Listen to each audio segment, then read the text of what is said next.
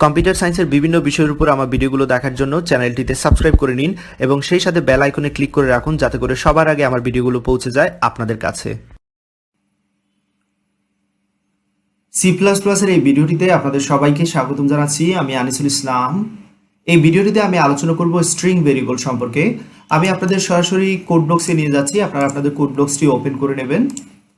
প্রথমে যে কাজটা করব, একটি নিউ ফাইল তৈরি করব, নিউ এমটি ফাইলটি সেভ করে নিচ্ছি। সেভ ফাইল এজ যে কোনো নামে আপনারা সেভ করে নিতে পারেন। আমি প্রোগ্রাম 3 অবশ্যই .cpp দিতে ভুলবেন না। পারফেক্ট। এবার যে কাজটা করব, হ্যাশ ইনক্লুড বেসিক স্ট্রাকচারটা তৈরি করে নিচ্ছি। হ্যাশ ইনক্লুড আইও স্ট্রিম, তারপর যেটা জানেন আপনারা, ইউজিং নেম স্পেস এসটিডি, এবং তারপর আমাদের মেইন ফাংশনটা প্রয়োজন। সো মেইন ফাংশনটা তৈরি করে নিচ্ছি। পারফেক্ট। এবং সবার শেষে গেট সিএইচ ক্যারেক্টার দিয়ে দিচ্ছি। লক্ষ্য রাখবেন হয়তোবা পরবর্তীতে আমি বেসিক স্ট্রাকচার বারবার তৈরি করব না, কারণ এতে সময় নষ্ট হয়। সো গেট সিএইচ যেহেতু এই ফাংশনটা ইউজ করেছি, তাহলে তার জন্য একটা হেডার ফাইল অ্যাড করতে হবে, সেটা নিশ্চয়ই আপনারা জানেন। হ্যাশ ইনক্লুড conio.h হেডার ফাইলটা ইউজ করতে হবে। পারফেক্ট। ওকে। সো এবার যে কাজটা করবো আপনারা এখানে লক্ষ্য রাখবেন, আমি স্ট্রিং ভেরিয়েবল নিয়ে আলোচনা করব। তো ভেরিয়েবল, সাপোজ আমার নাম, আপনারা একটু লক্ষ্য রাখবেন এখানে, সাপোজ আমার নাম, আমি নামটা লিখে নিচ্ছি। আমার নামটা আমি কোনো একটা ভেরিয়েবলে স্টোর করতে যাচ্ছি। তো আমার নাম অনেকগুলো ক্যারেক্টারের সমন্বয়ে গঠিত, তাই না? সো যখনই অনেকগুলো ক্যারেক্টারের সমন্বয়ে কিছু গঠিত করি, আমরা তাকে স্ট্রিং বলি। স্ট্রিং অবশ্যই ডবল কোটেশনের মধ্যে রাখতে হয়। সো আমি স্ট্রিংগুলো ডবল কোটেশনের মধ্যে রেখে দিলাম। এবার আমি চাচ্ছি একটা ভেরিয়েবলের মধ্যে এই ভ্যালুটা রাখবো, অর্থাৎ আমার নামটা রাখবো। সুতরাং নেম ইকুয়াল দিয়ে দিলাম, এবং অবশ্যই লাইনের শেষে, স্টেটমেন্টের শেষে সেমিকোলন দিতে হয়। প্রবলেমটা হচ্ছে নেম একটা ভেরিয়েবল এবং তার মধ্যে আমি এটা স্টোর করে রাখতে যাচ্ছি, তাহলে নেম ভেরিয়েবলের আগে অবশ্যই তার ডাটা টাইপ ডিক্লেয়ার করে দিতে হবে। এখন প্রশ্ন হচ্ছে ইন্টিজার ডাটা টাইপ দেবো কিনা? না, অবশ্যই না। ইন্টিজার ডাটা টাইপ দিলে পূর্ণ সংখ্যা রাখতে পারবো।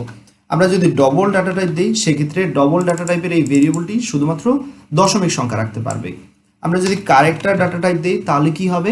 এই ভেরিয়েবলটি শুধুমাত্র সিঙ্গেল ক্যারেক্টার রাখতে পারবে, কিন্তু আমরা চাচ্ছি অনেকগুলো ক্যারেক্টার রাখবো।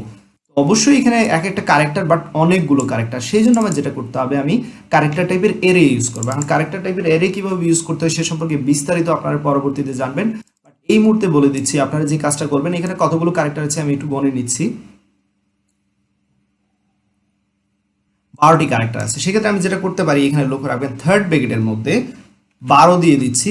বাট 12 দিলে হবে না, যতগুলো ক্যারেক্টার আছে তার চেয়ে এটলিস্ট একটা ক্যারেক্টার আপনাকে বেশি রাখতে হবে, কারণ এই স্ট্রিংটা যে শেষ হয়েছে, স্ট্রিং টার্মিনেটরের জন্য একটা নাল ক্যারেক্টার ইউজ করতে হয়।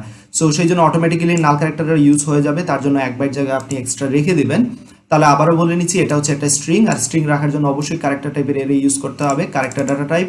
তারপর ভেরিয়েবলের নাম, ভেরিয়েবলের এখানে সাথে সাইজটা দিয়ে দিবেন, কতটা ক্যারেক্টার রাখতে চাচ্ছেন, তার চেয়ে একটা ক্যারেক্টার এটলিস্ট বেশি দিতে হবে। একের অধিক ক্যারেক্টার বেশি রাখলে কোনো প্রবলেম নেই। ওকে। এবার আমাদের কাজ হচ্ছে এটা প্রিন্ট করা। সো আমি প্রিন্ট করে দিচ্ছি নেমটাকে। পারফেক্ট। এবার কোডটা রান করব। এখানে দেখতে পাচ্ছেন বিল্ট এন্ড রানে ক্লিক করলাম, এবং আশা করি আমাদের কাঙ্ক্ষিত আউটপুট পেয়ে যাব। পারফেক্টলি এটা কাজ করতেছে, রাইট? এবার আমরা দেখাতে চাচ্ছি যে মাই নেম ইজ দিস, অথবা হ্যালো দিস ইজ সামথিং, এরকম। সো অবশ্যই ডবল কোটেশনের মধ্যে আমি সেই লেখাগুলো লিখবো, মাই নেম ইজ, এরকম কোলন দিয়ে দিচ্ছি। আপনারা এটা কোলন অথবা সমান যে কোনো কিছু দিতে পারেন, জাস্ট দেখার সৌন্দর্যের জন্য, আর কিছু না। তারপর আমরা কাকে প্রিন্ট করতে চাচ্ছি? নেম ভেরিয়েবলকে, তাই না? সো এরকম দিয়ে দিতে হবে। তাহলে সি আউটের কাজ হচ্ছে কোনো কিছু আউটপুট দেয়া কনসোলের মধ্যে। প্রথমে মাই নেম ইজ ইকুয়ালটা আউটপুট দেবে, তারপর কাকে আউটপুট দেবে? নেমের মধ্যে যে ভ্যালুটা আছে তাকে আউটপুট দেবে। দেখাচ্ছি পারফেক্টলি কাজ করতেছে। তাহলে কিভাবে স্ট্রিং ভেরিয়েবল ইউজ করতে হয় সেটা নিশ্চয়ই আপনারা শিখে নিয়েছেন। পরবর্তী ভিডিও টিউটোরিয়ালে নতুন আরেকটা টপিক নিয়ে হাজির হয়ে যাব। সবাই ভালো থাকবেন, সুস্থ থাকবেন, এবং ভিডিওটি কেমন লেগেছে ডেফিনেটলি কমেন্টে জানাবেন, কারণ আপনাদের কমেন্টের উপর ভিত্তি করেই আমি রেগুলার ভিডিও টিউটোরিয়াল তৈরি করতেছি। আপনাদের ইন্সপায়ারেশন খুবই জরুরি, অলওয়েজ, যেটা আমি বলে থাকি, কারণ আপনাদের সাপোর্টের কারণে কম্পিউটার সায়েন্সে প্রায় 1100 ভিডিওর কাছাকাছি আমি ভিডিও তৈরি করতে সক্ষম হয়েছি। এতগুলো ভিডিও তৈরি করা ডেফিনেটলি চ্যালেঞ্জ ছিল, বিশেষ করে অনার্স লেভেলের এবং কম্পিউটার সায়েন্সের জন্য। তাহলে অবশ্যই এটা চ্যালেঞ্জিং ছিল। তো এই চ্যালেঞ্জটা আমি অ্যাকসেপ্ট করেছি, কারণ আপনাদের ইন্সপায়ারেশন আমাকে বরাবরই আমার কাজে সহায়তা করেছে।